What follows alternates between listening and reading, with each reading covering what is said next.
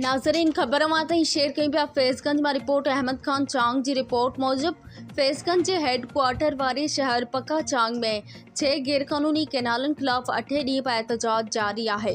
Lashari pump का महराण highway मुकम्मल बंद, हज़ारनि की तादाद में गाड़ियों भी वयूं। जीएस सिंध के कारकुनन सिविल सोसाइटी और शहरन की अगवानी में एहतजाज रिकॉर्ड करायो वयो।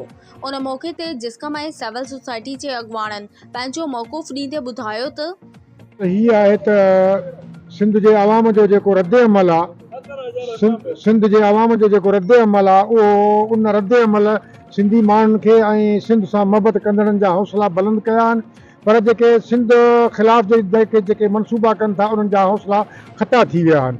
इहो ई सबबु आहे। पहिरीं हिननि चयो त को कैनाल कोन थो थिए, बकोई तव्हांजे जीअं तव्हां सम्झो था ऐं दुनिया बि सम्झे थी। उनखां पोइ वरी हिननि वठी मुज़ाहरा कया दादा असां जेको आहे कैनाल न खपनि, हाणे वरी हुते विया आहिनि। असली पस मंज़र में ही शइ आहे त हिननि इहो बावर करायो हो पीपुल्स पार्टी खे त तव्हां असांजा सफ़ा तमामु भला माण्हू आहियो, तव्हां असांजे लाइ कमु कंदव। हाणे हिननि त उन ते कुर्सियूं बि वरितियूं ऐं हिननि खे बि कुर्सियूं ॾिनऊं, पर सूरत हाल जेका आहे उहा इहा वञी बीठी आहे त हींअर पब्लिक त हिननि खे मञे ई कान थी।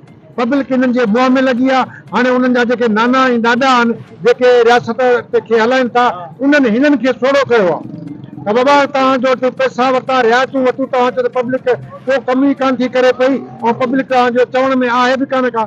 हाणे उन्हनि जो छा थींदो? असल में हे बि टंगा फाथा आहिनि, ॿी का ॻाल्हि कान्हे का। बाक़ी रद्द अमल आवाम जो उहो ई रहंदो, कहिड़ी बि हालत, भले सीसी थिए या कुझु बि थिए, पब्लिक जो इहो रद्द में आहे त नो कैनाल ऐं नो कारपोरेट फार्मिंग।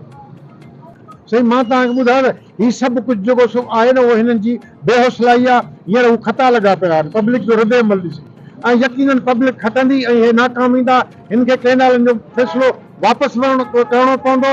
नो कारपोरेट फार्मिंग जो जेको आहे फ़ैसिलो हिन खे वापसि करणो पवंदो, जे न त माण्हू तयारु आहिनि मरण जे लाइ। वरी शाम में मीटिंग थींदी 6-7 बजे, वरी पोइ ॾिसूं त छा थो थिए। सूरत हाल जेका दोस्तनि जी थींदी न, ऐं असां कुझु ॿ दोस्तनि सां बि तालुकात में सॼी सिंध सां असांजा वास्ता आहिनि त भई हाणे छा करणु खपंदो, उन हिसाब सां असां हलंदासीं। इलाइक़े जी सूरत हाल खे बि ॾिसंदासीं, हर शइ खे ॾिसी असां पोइ फ़ैसिलो कंदासीं।